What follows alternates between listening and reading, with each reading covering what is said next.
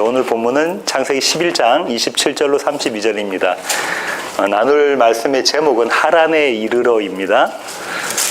먼저 프리뷰 좀 하겠습니다. 창세기 구조가 지난번에 말씀드린 것처럼 1장부터 11장까지가 원 역사고요. 12장부터 50장까지가 아브라함부터 시작하는 아브라함, 이삭, 야곱, 요셉까지 이어지는 족장의 역사라고 말씀을 드렸죠. 그러고 난 다음에 어디로 가죠? 애굽으로 종살이하러 들어가게 되는 모습인 거죠.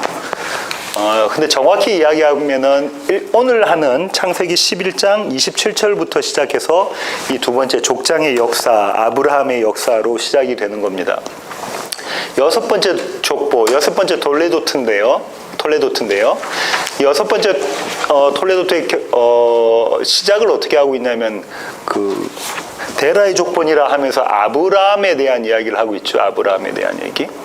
이 아브라함으로 시작되는 것이 예수님의 족보라고 말씀드렸고요. 마태복음 1장 1절로 가시면 빨리 한번 넘어갈게요. 마태복음 1장 1절.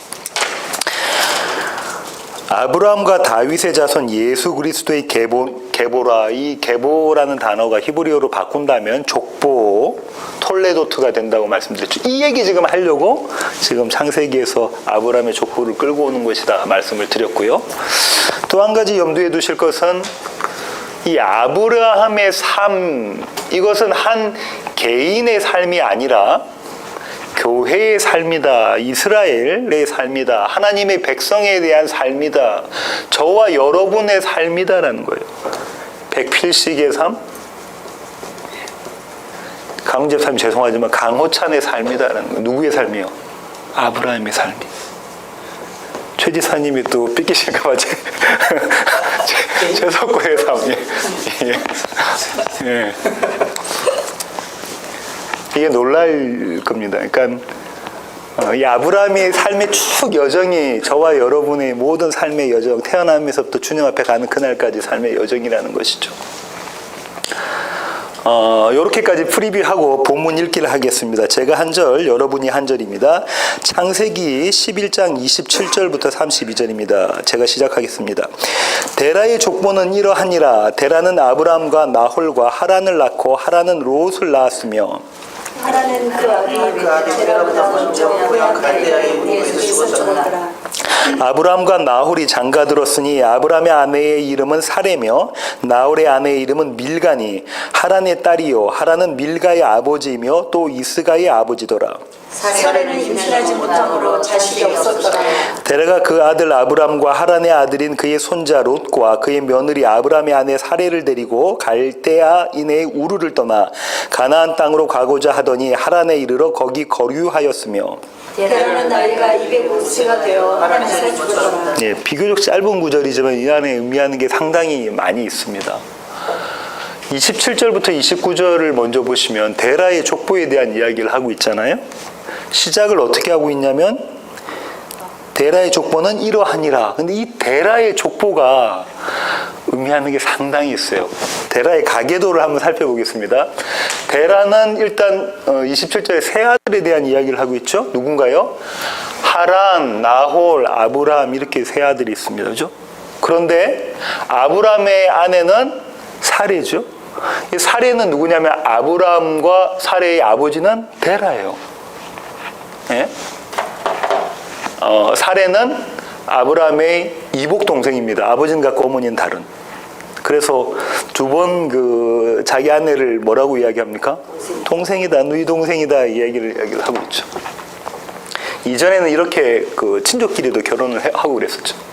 출애굽기 들어가면서 이제 법을 주시면서 그걸 막으셨지만 하란은 일찍 죽었어요. 하란은 일찍 죽었는데 하란에게는 두 딸이 있습니다. 이스가와 밀가가 있고 롯이라는 아들이 있었는데 이 롯은 아브람의 조카가 되죠. 이 아브람의 조카 롯이 아브람과 함께 가나안으로 들어가는 모습이 그림이 그려져 있죠. 이 하란의 딸인 밀가가 자기 삼촌인 나홀과 결혼을 하게 됩니다. 그래서 밀가가 아내고 나홀이 남편이 되겠죠. 그렇게 해서 아들을 낳았는데 그 아들의 이름이 부두엘이라고 해요. 부두엘. 여기까지 이 29절에서 나오고 있고요. 그런데 이제 중요한 거는 이 부두엘에게 라반이라는 아들과 리브가라는 딸이 있어요. 근데 리브가는 여러분 잘 아시잖아요. 한번 찾아볼까요? 22장 20절부터 23절 볼게요. 창세기 22장 20절부터 23절. 이 일 후에 어떤 사람이 아브라함에게 알리어 이르기를 밀가 지금 잘 보세요. 이 밀가입니다. 하란의 딸. 밀가가 당신의 형제 나홀에게, 이렇게 둘이 삼촌하고 결혼을 했죠. 자녀를 낳았다 하였더라. 그의 맏아들은 우스요, 우스의 형제는 부스와 아람의 아버지 그무엘과 게색과 하소와 빌다소와 이들랍과 부두엘이다. 이렇게 8명의 아들을 낳았는데요. 23절 보세요. 이 8사람은 아브라함의 형제 나홀의 아내 밀가의 소생이며 부두엘은 누굴 낳았더라? 리브가를 낳았더라. 이 리브가는 보세요. 아브라함과 사레의 약속의 아들로 주어진 이삭의 누가 되죠? 아내가 됩니다. 그죠? 그 다음에 또 이 라반도 중요한 사람이죠. 라반에게는 딸이 2명이 있어요. 레아와 라헬. 이 레아와 라헬은 리브가와 이삭 사이에 낳은 2번째 아들 야곱이고 야곱의 아내들이 됩니다. 요렇게 가계를 그 머리에 그림을 그리시고 앞으로 나오는 그 족장들의 역사들을 읽으셔야 돼요. 그러고 난 다음에 롯의 아내는 어디서 죽게 되냐면 소돔성에서 죽게 됩니다. 소금 기둥으로 변해서요. 그건 나중에 이제 살펴볼 텐데요. 롯에는 딸이 2명이 있었죠. 그 딸이 사위들도 다 죽고 그 딸 2명이 롯과 동침을 하게 됩니다. 아버지를 포도주를 먹여서 동침을 하게 돼서 아들을 2명을 얻는데요. 모압과 베나밀을 얻는데 모압은 어떤 민족의 아버지가 되냐면 모압 족속. 베나밀은 암몬 족속이 민족이 되죠. 그런데 여기서 또 재미난 게 있어요. 조금 있다가 이제 몇 주 지나고 나면 배우겠지만 아브라함과 롯은 땅을 놓고 갈라지죠. 그 땅을 놓고 갈라지는 모습이 합쳐지는 그림이 그려져 있는데 그게 어디냐면 룻기에 나옵니다. 룻기 4장으로 넘어갈까요? 5절. 보아스가 이르되 내가 나오미의 손에서 그 밭을 사는 날에 곧 죽은 자의 아내 어느 여인? 어느 나라 여인이? 모압 여인 룻에게서 사서 그 죽은 자의 기업을 그의 이름으로 세워야 할지니라 하니. 그 다음에 한번 보십시오. 10절부터 한번 볼게요. 또 말론의 아내 모압 여인 룻을 사서, 자꾸 모압 여인이 나오고요. 나의 아내로 맞이하고 그 죽은 자의 기업을 그의 이름으로 세워 그의 이름이 그 형제 중과 그곳 성문에서 끊어지지 아니하게 함이 너희가 오늘 증인이 되었느니라 하니. 성문에 있는 모든 백성과 장로들이 이르되 우리가 증인이 되나니 여호와께서 내 집에 들어가는 여인으로 이스라엘의 집을 세운 라헬과 레아 2사람과 같게 하시고 내가 에브라에서 유력하고 베들레헴에서 유명하게 하시길 원하며 여호와께서 이 젊은 여자로 말미암아 내게 상속자를 주사 내 집이 다말이 유다에게서 낳아준 베레스의 집과 같게 하시길 원하노라 하니라. 이 의미가 있는 거예요. 누구에 대한 이야기가 나왔냐면 라헬과 레아 그 다음에 다말과 유다. 이 의미가 있는 거예요. 이거 다음에 거기 또 한 번 더 설명을 드릴게요. 13절. 이에 보아스가 룻을 맞이하여 아내로 삼고 그에게 들어갔더니 여호와께서 그에게 임신하게 하심으로 그가 아들을 낳은지라. 여인들이 나음에게 이르되 찬송할지로다. 여호와께서 오늘 내게 기업 물을 자가 없게 하지 아니하셨도다. 이 아이의 이름이 이스라엘 중에 유명하게 되기를 원하노라. 나오미는 유명할 게 전혀 없는 사람이잖아요. 근데 그 사람을 하나님께서 유명한 자로 만드시는 그림이 그려져 있죠. 17절. 그의 이웃 여인들이 그에게 이름을 지어주되 나오미에게 아들이 태어났다 하여 그의 이름을 오벳이라 하였는데 그는 다윗의 아버지인 이새의 아버지였더라. 자, 이 모압 여인으로 룻이 등장하고요. 아브라함의 계열로 해서 보아스가 등장합니다. 그래서 다시 이 둘이 만남을 갖게 되죠. 그것을 신학자들은 이렇게 이야기합니다. 아브라함과 롯의 재회, 이렇게 표현을 하기도 합니다. 보아스는 어떤 사람이었죠? 보아스의 어머니가 누구시죠? 기생 라합이에요. 기생 라합. 그것도 나중에 족보 조금 더 들어가면 나중에 한 번 더 말씀드리겠습니다. 왜 마태복음에 여자 그런 이름들이 이방 여인들이 계속 등장하는가. 하여간 이렇게 보는 이것이 데라의 족보예요. 이 테두리 안에서 창세기가 쫙 펼쳐집니다. 그러니까 요거를 머리에 염두에 두시고요. 그러니까 데라의 족보는 이러하니라 할 때 이 개념을 가지고 계셔야 된다는 거예요. 이 정도 하고 넘어가겠습니다. 그 다음 30절 한번 보세요. 사례는 임신하지 못함으로 자식이 없었더라. 사례는 나중에 이름이 어떻게 바뀌어지죠? 사라라고 아브라함은 아브라함으로 바뀌어지죠. 사례의 뜻은 학자들은 이렇게 이야기합니다. 공주, 프린세스 이렇게 이야기를 합니다. 이 원래 뜻은 사례의 뜻은 공주다. 이 공주 귀한 사람이 뭐가 없냐면 임신하지 못함으로 자식이 없었대요. 당시에 임신하지 못하는 것은 저주받은 모습입니다. 왜냐하면 자녀들이 노동력이 되고 자녀들이 부의 상징이 되는 시절이었는데 자녀가 하나도 없어요. 그러면은 저주의 상징이 되죠. 그 사무엘의 어머니 이야기에 보면 우리가 충분히 가늠할 수가 있겠죠. 하나님께서는 두 사람에게 이런 말씀을 하셨죠. 생육하고 번성하고 땅에 충만하라. 땅을 정복하라. 첫 번째 누구에게 하셨죠? 첫사람 아담에게. 그 다음에는 누구에게 하셨죠? 노아와 그 아들들에게 하셨습니다. 근데 지금 사례는 어떤 모습이냐면 생육하고 번성하고 충만한 것이 아닌 상태네요. 아닌 상태예요. 이게 아닌 상태가 저주입니다. 이 말씀하시기 전에 생육하고 번성하고 땅에 충만하라라고 말씀하시기 전에 꼭 말씀이 들어가 있는 말씀이 뭐냐면 하나님께서 그들에게 뭘 주셨어? 복을 주시며 복이 뭐라는 거예요?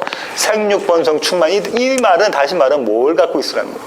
생명을 가지고 있어라라는 것이요. 생명이 너희 안에 있으면 그게 복이야. 근데 생명이 없으면 그것은 복이 없는 상태, 저주받은 상태야 라는 것이죠. 그러니까 잉태할 수 없는 자인 사례는 생명이 없는 자로 복이 아니라 저주 가운데 있는 상태라는 겁니다.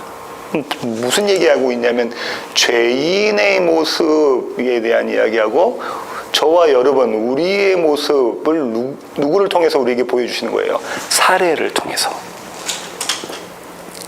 그러니까 사례가 임신하지 못함으로 자식이 없었더라 하면 그 가운데 이런 신학적인 개념을 가지고 있다는 것을 염두에 두시기를 바랍니다. 그 다음에 31절인데요. 데라가 그 아들 아브람과 하란의 아들인 그의 손자 롯과 그의 며느리 아브람의 아내 사례를 데리고 갈대아인의 우르를 떠나 가나안 땅으로 가고자 하더니 하란에 이르러 거기 거류하였으며, 여기서 지금 뭐라고 이야기했냐면 누가 주체가 되죠? 추호가 누굽니까? 데라가 이렇게 나옵니다. 그 아들 아브라함과 그의 손자 롯과 그의 며느리 사례. 그럼 아브라함의 아내 이렇게 안 하면 그의 며느리, 그러니까 데라가 주체가 되어져 있는 모습이 나옵니다. 그래서 처음에 이 본문의 처음에 데라의 족보는 이러하니라가 그걸 좀 설명해주고 있죠. 그림으로 한번 볼게요. 지도로요. 여기 아까 말씀드렸던 그 데라의 가계와 이 지도를 머릿속에 염두에 두셔야 됩니다. 갈대아 우르는 여기예요. 그러니까 여기 왼쪽 편으로 유브라데 강, 유프라테스 강이 지나가고 오른쪽으로는 티그리스 강이 지나가고요. 그 끝자락 부분에 갈대아 우르, 이 지방이 갈대아인데 우루가 있고요. 여기 바벨론이 있습니다. 우르는 어떤 곳이었냐면요. 우르는 메소포타미아 문명의 발상지예요. 그리고 아주 그 풍요한 도시, 화려한 도시였고요.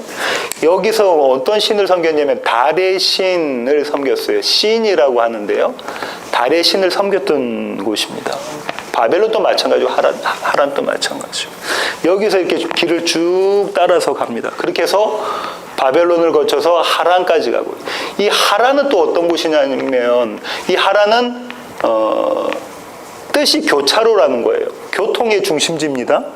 상업의 중심지고요. 우르보다도 훨씬 더 번창한, 번화한 도시예요. 우르보다 훨씬 더 번화한 도시. 우르는 4,000년 전에 이미 수세식 화장실이 있었다고 그러거든요. 그러니까 그거보다도 더 번창한 도시였습니다. 갈대아 우르에 있는 사람들이 하란에 가고 싶어 한 거죠. 그런 도시였습니다. 요렇게 지금 가는 모습인데 왜 이렇게 갈 수밖에 없냐면 여기는 뭐냐면 사막이에요. 이렇게 길이 이렇게 나여져 있는 거죠. 요거를 이렇게 갈대아 우르부터 바벨론, 하란, 이스라엘, 그다음 애굽, 나일강으로 이렇게 쭉 가는 게 초승달 지역, 비옥한 초승달 지역이라고 얘기해요. 왜냐하면 초승달처럼 생겼기 때문에 그렇습니다. 그런데 여기서 또 보셔야 될 게 뭐가 있냐면 그 우르, 바벨론, 아수르, 그러니까 하란 이쪽은 달이라는 신을 섬겼고요. 애굽은 해를 섬겼던 나라거든요. 여기 그럼 그 신들밖에 아니면 신들이 많았어요. 코브라도 신이고 애굽에서는 소도 신이고 그러니까 송아지를 가지고 여호와라고 그러잖아요. 여러 신들을 섬겼는데 그 중에서 대표적인 게 애굽은 해의 신을 섬겼고 바벨론 이쪽 메소포타미아 지역은 달의 신을 섬겼습니다. 시편 기자가 그걸 가지고 시를 썼는데 그게 시편 121편입니다. 한번 가겠습니다. 내가 산을 향하여 눈을 들리라. 나의 도움이 어디서 올까? 이 산이 어떤 산일까요? 예루살렘 이야기하는 거죠. 예루살렘. 산, 성 이러는 건 예루살렘입니다. 내가 예루살렘을 향하여 눈을 들리라. 나의 도움이 어디서 올까? 나의 도움은 천지를 지으신 여호와에게서로다. 여호와께서 너를 실족하지 아니하게 하시며 너를 지키시는 이가 졸지 아니하시리로다. 이스라엘을 지키시는 이는 졸지도 아니하시고 주무시지도 아니하시리로다. 여호와는 너를 지키시는 이시라. 여호와께서 내 오른쪽에서 내 그늘이 되시나니 낮에 해가 너를 상하게 하지 아니하며 밤의 달도 너를 해치지 아니하리로다. 낮에 해와 밤의 달이 우리를 상하게 합니까? 아니잖아요. 근데 뭘 이야기하고 싶은 거냐면 낮의 해가 누구를 가리킬까요? 애굽을 가리키고요. 밤의 해는 바벨론, 아수르를 가리키죠. 늘 누구의 대적이었어요? 이스라엘의 대적이었습니다. 이스라엘을 늘 침략해서 정복해서 다스리는 그 사이에 끼어있는 게 조그만 이스라엘인데 지금 뭐라고 이야기하냐면 낮의 해가 너를 상하지 아니하게 하며 밤의 달도 너를 해치지 아니하리로다. 여호와께서 너를 지켜 모든 환난을 면하게 하시며 또 내 영혼을 지키시리로다. 여호와께서 너의 출입을 지금부터 영원까지 지키시리로다. 여기서 중요한 것은 이 시편 기자의 고백이 물리적으로 이 역사상 가운데 우리가 아무런 환난 같은 것이 없을 것이다 이 얘기하는 것 아니죠. 왜냐하면 이스라엘은 늘 환난 가운데 있었던 나라입니다. 침략을 받고죠. 그런데 뭐에 대한 이야기를 하는 거냐면 이 두 가지가 뭘 이야기하는 거예요? 우상, 내가 신이 된 것, 내가 하나님이 되고자 하는 것, 자기 확장, 자기 사랑하는 것, 이것으로부터 너를 반드시 지키겠다. 하나님, 여호와 하나님만 섬기는 자로 만들어내겠다라는 것이 시편 121편의 주제입니다. 이 그림이 그려져 있는 겁니다. 이런 신학적인 전제를 가지고 지금 한번 생각해 보십시오. 데라가 그 아들 아브라함과 그다음 그 아내 사레, 그러니까 자식이 없어요. 그다음에 그 손자인 롯을 데리고 우르를 떠나서 바벨론을 이렇게 지나서 하란으로 가는 거예요. 하란으로. 원래 종착지는 어디냐면 가나안이라는 데였어요. 가나안. 근데 하란에 가서 머물고 있습니다. 그걸 좀 더 살펴보겠습니다. 여호와 하나님께서 아브라함을 불러내신 것은 두 번 있다고 신학자들은 이야기를 합니다. 12장 1절에 있는 것을 다음 시간에 할 창세기 12장 1절에 있는 것이 두 번째라고 이야기를 해요. 12장 1절부터 한번 먼저 볼게요. 여호와께서 아브라함에게 이르시되 너는 너의 고향과 친척과 아버지의 집을 떠나 내가 내게 보여줄 땅으로 가라. 그죠? 그러고 난 다음에 4절을 가볼게요. 이에 아브라함이 여호와의 말씀을 따라갔고 롯도 그와 함께 갔으며 아브라함이 하란을 떠날 때, 이때는 아까 지도상에서 봤을 때 하란을 떠날 때 주신 명령이다, 그죠? 근데 그 전에 그 말씀이 있었단 말이에요. 왜냐하면 스데반 집사가 그렇게 증언을 합니다. 죽기 전에 마지막 스데반 집사가 복음을 선포하죠. 그때 이야기를 합니다. 사도행전 7장 2절부터 4절로 가겠습니다. 4절. 스데반이 이르되 여러분 부영들이여 들으소서. 우리 조상 아브라함이 하란에 있기 전에 메소보다미아에 있을 때 어디냐면 갈대아 우르주요. 영광의 하나님이 그에게 보여 이르시되 내 고향과 친척을 떠나 내가 내게 보일 땅으로 가라 하시니 아브라함이 갈대아 사람의 땅을 떠나 하란에 거하다가 그의 아버지가 죽음에 하나님이 그를 거기서 너희 지금 사는 이 땅으로 옮기셨느니라. 언제 부르셨다 그러죠? 갈대아 우르에 있을 때 먼저 부르셨다라는 이야기네요. 스데반은 왜 이렇게 또 생각하게 되냐면 창세기 15장 7절에 나와 있는 구절 때문에 그럴 거라고 추측을 할 수 있는데요. 창세기 15장 7절로 가겠습니다. 여호와 하나님께서 아브라함을 부르시고 그에게 이런 말씀을 하십니다. 또 그에게 이르시되 나는 이 땅을 내게 주어 소유를 삼게 하려고 너를 갈대아인의 우르에서 이끌어낸 여호와니라. 그러니까 이렇게 볼 수가 있죠. 아까 지도로 다시 돌아가면요, 이렇게 볼 수가 있는 것입니다. 아브라함은 갈대아의 우르에 있을 때 여호와 하나님으로부터 부르심을 받습니다. 어디로 가라고요? 가나안으로 들어가라. 내가 너에게 명하는 그 땅으로 들어가라.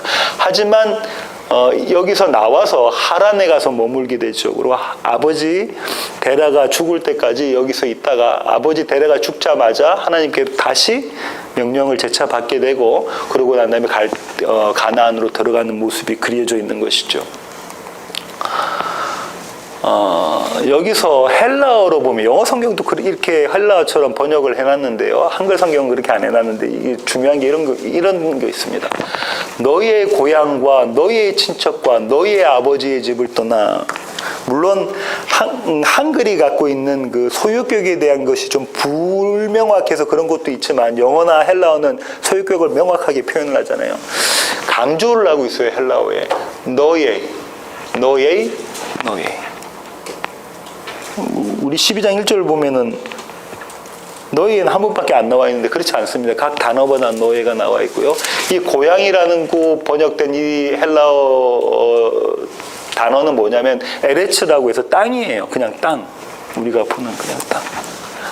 이 땅이 아니라 내가 내게 보여줄 그 땅, 내가 너희를 이끌어갈 그 땅, 그 땅으로 가라라는 말씀이신 거죠. 다시 말하면 무슨 말씀입니까? 네가 지금 뭘로 삼은, 네가 주인으로 삼은, 네가 의지하고 있는, 네가 하나님으로 삼고 있는 그곳으로부터 나와라는 거죠. 그곳으로부터 나와. 이 명령을 누가 받았냐면 아브라함이 받았습니다. 근데 아브라함이 받고 아버지한테 이야기를 했겠죠. 그래 아버지가 그럼 우리 같이 다 가자라고 했습니다. 아마도 그랬을 것이라고 생각합니다. 그렇게 해서 데라와 아브라함과 사레와 롯이 떠나게 되죠. 그런데 쭉 가다 보니까 지금까지 살고 있었던 우르와는 보아도 훨씬 더 문명적으로 발전한, 그리고 화려한 그 도시를 가게 되죠. 그 도시가 하란이죠. 하란에 가게 됩니다. 근데 거기 하란에 가자마자 이 일행들은 거기서 거류하게 됩니다. 거류라는 단어가 또 갖고 있는 의미가 있는데요. 창세기 11장 2절 한번 볼까요? 이에 그들이 동방으로 옮기다가 시날 평지를 만나 거기 뭐하며? 거류하며. 거기에 거류하고 있는 모습이죠. 거기에 거류하고 있는 모습입니다. 이 거류한 자들을 하나님은 어떻게 만드셨는가 한번 볼까요? 8절 9절 한번 보겠습니다. 여호와께서 거기서 그들을 온 지면에 어떻게 하셨다? 흩으셨으므로 그들이 그 도시를 건설하기를 그쳤더라. 그러므로 그 이름을 바벨이라 하니 이는 여호와께서 거기서 온 땅의 언어를 혼잡하게 하셨음이니라. 여호와께서 거기서 그들을 온 지면에 흩으셨다. 거류라는 것이 있으면, 거류라는 단어가 있으면 짝으로 하나님께서 보여주시는 것은 뭐냐면 흩으심에 대한 것이라는 걸 염두에 두셔야 됩니다. 어디에 거류하냐면 사람들은 자기 보이기에 좋은 곳, 선한 곳, 화려한 곳, 하나님같이 될 수 있는 것, 그곳에 거류하는 모습이죠. 바벨탑 당시의 사람들도 그랬고요. 지금 데라와 그의 일행도 그렇습니다. 약속을 받은 아브라함과 그 일행들은 너무 화려하게 보이는 그곳, 이곳이 하나님께서 우리를 보내신 자리인가 보다 하고 거기에서 거류하게 되는 거죠. 거기에서 거류하게 됩니다. 그도 그럴 것이 데라는 어떤 사람이었는가 보면 여호수아는 이렇게 이야기합니다. 여호수아 24장 2절로 가겠습니다. 여호수아의 맨 마지막 고별 설교 부분인데요. 여호수아가 죽기 전에 이스라엘 백성이 하는 설교입니다. 24장 2절입니다. 여호수아가 모든 백성에게 이르되 이스라엘의 하나님 여호와께서 이같이 말씀하시기를 옛적에 너희의 조상들 곧 아브라함의 아버지 나홀의 아버지 데라가 강 저쪽에 거주하여 뭘 섬겼다 그러죠? 다른 신들을 섬겼으나 우상을 섬겼던 자입니다. 그죠? 우상을 섬겼던 자. 당시에는 우상을 어떻게 섬겼냐면 데라빔 같은 거 조그만 우상들만 가지고 집에도 신당처럼 모셔놓고 중국 사람들하고 일본 사람들이 하듯이 그렇고 어떤 사람들은 가지고 다니기도 하고 목걸이나 귀걸이 같은 걸로 하고도 다니기도 하고 그런 거죠. 특별히 귀걸이 하면 귀걸이가 갖고 있는 의미가 출애굽기에서 있었다 그죠? 예. 종이 주인에게 복종하는 그림이 그려져 있는 것이죠. 그랬던 자입니다. 그랬던 자가 자기의 우상을 놓치기가 쉽지 않습니다. 그리고 또 한편으로는 이 데라가 꿈꿨던 하나님의 부르심이 하나님이 이야기하신 것과 다를 수가 있는 거예요. 이 땅에 성도라고 하면서 기독교인이라고 하면서도 이런 모습을 보일 수가 있습니다. 하나님께서 원하시는 복이 아니라 내가 원하는 복, 내가 바라는 것, 그것이 하나님께서 명령하시고 말씀하시고 약속하신 것이라고 생각하고 거기에 거류하고 있을 수 있습니다. 그리고 그것을 취하면 나는 복받은 자다라고 생각할 수 있다는 것이죠. 근데 그렇지가 않습니다. 놀라운 것은요, 하나님의 약속을 받은 아브라함에게 데라가 어쩌면 걸림돌이 될 수가 있잖아요. 그 데라를 하나님께서 치우시는 그림이 그려져 있는 거죠. 데라가 죽게 됩니다. 32절 볼까요? 데라는 나이가 205세가 되어 하란에서 죽었더라. 요거부터 먼저 설명을 드릴게요. 205세가 이 신학 쪽으로 문제가 됩니다. 그래서 자유주의 신학자들은 이게 성경의 오류라고 이야기를 하고요. 왜 그러냐면 이렇죠. 데라가 몇 살 때 아브라함을 낳았다고 되어져 있나요? 아브라함을 몇 살 때 낳았어요? 데라가 70세에 낳았어요. 그리고 아브라함은 하란을 언제 떠납니까? 하란을 떠날 때가 75세예요. 그럼 두 개 합치면 145세잖아요. 근데 데라는 몇 세 때 죽었대요? 205세에 죽었대요. 그럼 60세의 차이가 납니다. 60년의 차이가 납니다. 여기에 대해서 두 가지 학설이 있는데 첫 번째 학설은 이런 겁니다. 데라는 205세 때 죽었는데 그는 이미 그 정신적으로 그 자녀들을 자기 가족을 컨트롤할 만큼의 상태가 아니었다. 그래서 아버지를 거기다 놔두고 145세 됐을 때 데라가 145세 됐을 때 아브라함은 아내 사레와 롯과 함께 가나안으로 떠났다. 그것은 뭘 지지하기 위한 거냐면 데라가 아브라함을 70세에 낳았다는 것을 주장하기 위한 것이죠. 그것을 바탕으로 한 겁니다. 또 다른 학설은 이런 겁니다. 데라가 아브라함을 낳았다 할 때 아브라함만 낳은 게 아니고 뭐라고 돼 있죠? 26절, 11장 26절 보세요. 데라는 70세에 아브라함과 나홀과 하란을 낳았다 이렇게 돼 있잖아요. 그럼 세 명이 쌍둥이가 아니면 그죠? 그 한 해에 못 낳잖아요. 그러면 이건 아무래도 순서대로 나홀을 먼저 놓고요.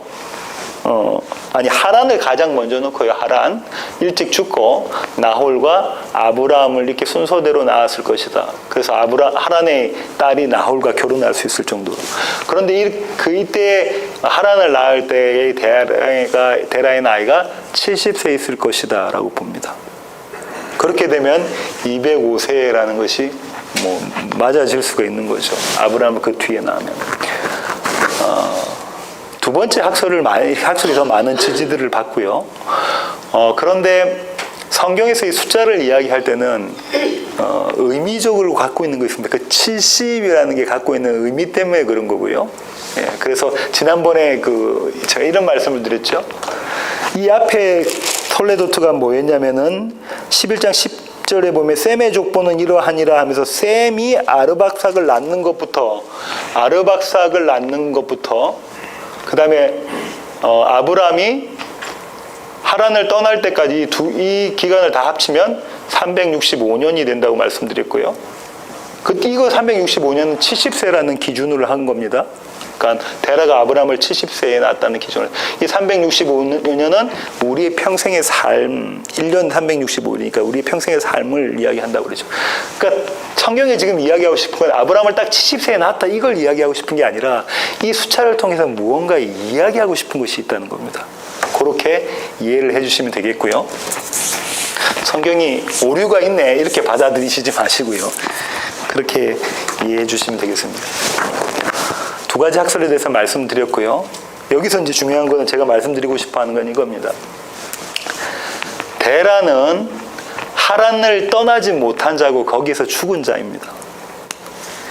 눈에 보기에 너무 좋아 보이는 자신이 생각하는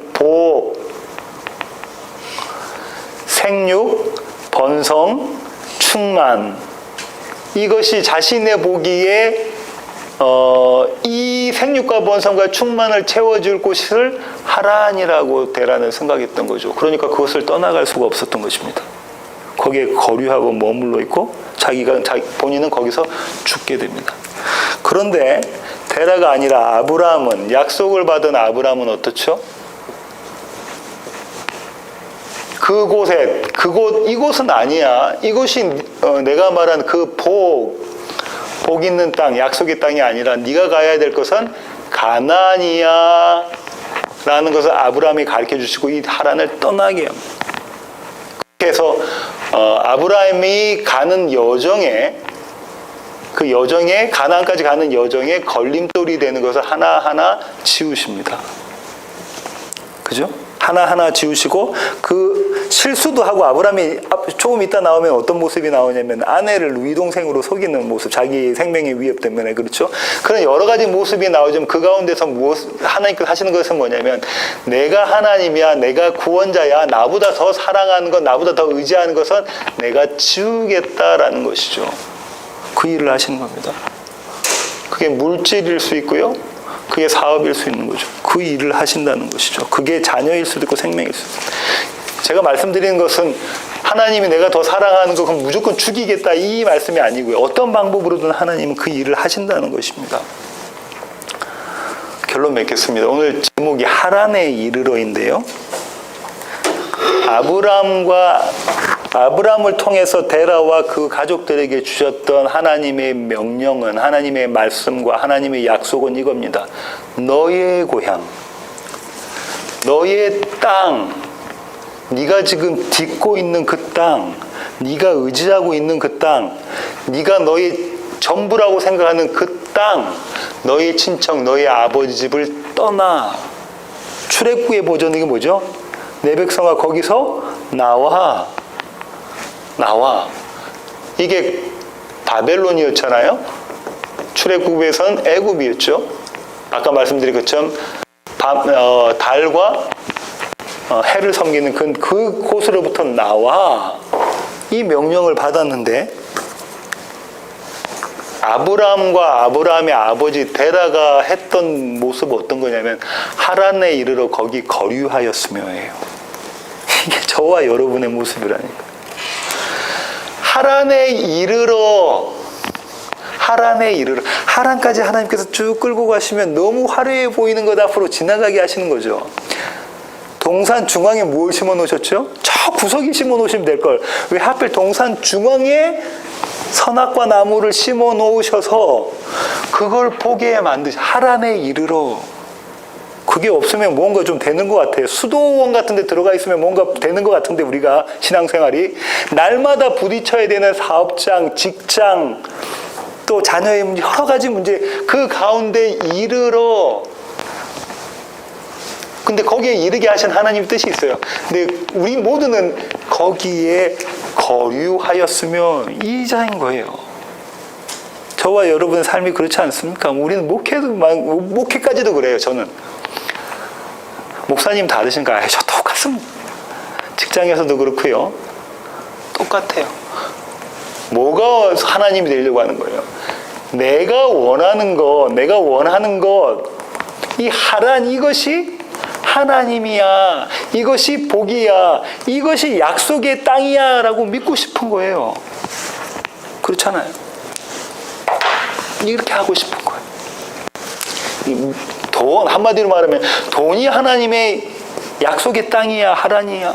약속의 땅이야. 이렇게 믿고 싶은 거죠. 하란에 이르면 그렇게 됩니다. 그런데 주님께서 뭐라고 말씀하셨냐면요. 주님의 요청이 우리를 아주 심각한 상황으로 끌고 갔는데요. 누가복음 14장 33절 보겠습니다. 이와 같이 너희 중에 누구든지 자기의 모든 소유를 버리지 아니하면 능히 내 제자가 되지 못하리라. 지금 뭐라고 하셨어요? 예수님께서 예수님의 제자가 되기 위해서는 뭘 버리라고 했어요? 자기의 모든 소유를 버리라. 이걸 부흥 강사 하시는 분들이 많이 써먹어서 교회 헌금 바치라고 하시죠. 그죠? 다 팔아서 가난한 과부의 2렙돈 부고 주님 칭찬하시지 않냐. 이거 다 이렇게 해라. 자기의 모든 소유를 버려라. 그럼 예수님의 제자가 된대요. 최 지사님 모든 소유를 버려서 예수님의 제자가 되시겠습니까? 아니면 소유를 갖고 계시겠습니까? 강 집사님 어떻게 하시겠습니까? 모든 소유가 의미하는 게 있는데, 그죠? 이게 뭐냐면 하나님, 자신의 하나님 되기입니다. 이걸 버리라고 하시는 거예요. 물질도요. 물질이 필요 없는 게 아니고 물질이 있어야, 돈이 있어야 뭘 하죠? 우리가 아파트 렌트비도 내고 또 차 할부금도 내고 보험료도 내고 하잖아요. 물질을 다 버리라는 것은 아니고 그 물질에 뭐가 되지 말아라. 노예되지 말아라. 그 물질이 너의 하나님이 되어서는 안 돼. 네가 그 물질을 사용하고 하나님 뜻대로 사용해야 되는데 그 물질의 노예가 되어지면 안 돼라는 것이 주님이 이런 요청을 하십니다. 이 요청과 관련된 예수님께서 스토리를 한 가지 이야기해 주시는데, 예수님은 이야기꾼이셨잖아요. 그 이야기꾼이 또 아주 적절한 이야기를 해주십니다. 부자 청년의 얘기예요. 누가복음 18장에도 나오는데요. 오늘은 누가복음, 마가복음, 마태복음 다 나옵니다. 공간복음서에. 근데 오늘은 마태복음 19장 버전으로 보겠습니다. 마태복음 19장 16절에서 26절입니다. 16절. 어떤 사람이 주께 와서 이르되 선생님이여 내가 무슨 선한 일을 하여야 영생을 얻으리까? 예수께서 이르시되 어찌하여 선한 일을 내게 묻느냐? 선한 이는 오직 한 분이시니라. 내가 생명에 들어가려면 계명들을 지켜라. 이르되 어느 계명이오니까? 예수께서 이르시되 살인하지 말라, 간음하지 말라, 도둑질하지 말라, 거짓 증언하지 말라, 내 부모를 공경하라, 내 이웃을 내 자신과 같이 사랑하라 하신 것이니라. 그 청년이 이르되 이 모든 것을 내가 지키었사온데 아직도 무엇이 부족하니까? 나 이거 다 지켰는데요, 선생님. 그러니까 주님께서 이렇게 말씀하시죠. 예수께서 이르시되 내가 온전하고자 할진대. 다른 버전에서는 누가복음과 마가복음은 이렇게 이야기합니다. 이게 부족한 게 있어. 부족한 게 한 가지가 있는데 이게 똑같은 거죠. 온전하고자 할진대 가서 내 소유를 팔아. 주님의 요청, 누가복음 14장에 있는 것처럼 내 소유를 팔아 가난한 자들에게 주라. 그리하면 하늘에서 보화가 내게 있으리라. 그리고 와서 나를 따르라 하시니 그 청년이 뭐가 많음으로? 재물이 많음으로 이 말씀을 듣고 뭐하면서 가니라? 근심하며 가니라. 근심하며 가니라. 누구처럼? 테라처럼 그 땅에 하란에 머물고 싶어 하는 거죠. 그때 예수님께서 제자들에게 이런 말씀을 하십니다. 내가 진실로 너에게 이르노니 부자는 천국에 들어가기가 어려우니라. 다시 너에게 말하노니 낙타가 바늘귀로 들어가는 것이 부자가 하나님의 나라에 들어가는 것보다 쉬우니라. 무슨 말씀이세요? 부자는 천국에 절대 못 들어간다는 거. 이건 불가능에 대한 이야기를 말씀하시는 것이죠. 부자는 천국에 절대 못 들어간다. 그러니까 제자들이 듣고 몹시 놀라 이릅니다. 그렇다면 과연 누가 구원을 얻을 수 있겠습니까? 주님. 그럼 누가 구원을 얻을 수 있겠어요? 그러니까 주님께서 이렇게 말씀하시죠. 사람으로는 할 수 없으나 하나님으로서는 다 하실 수 있느니라. 누구로는 못하나?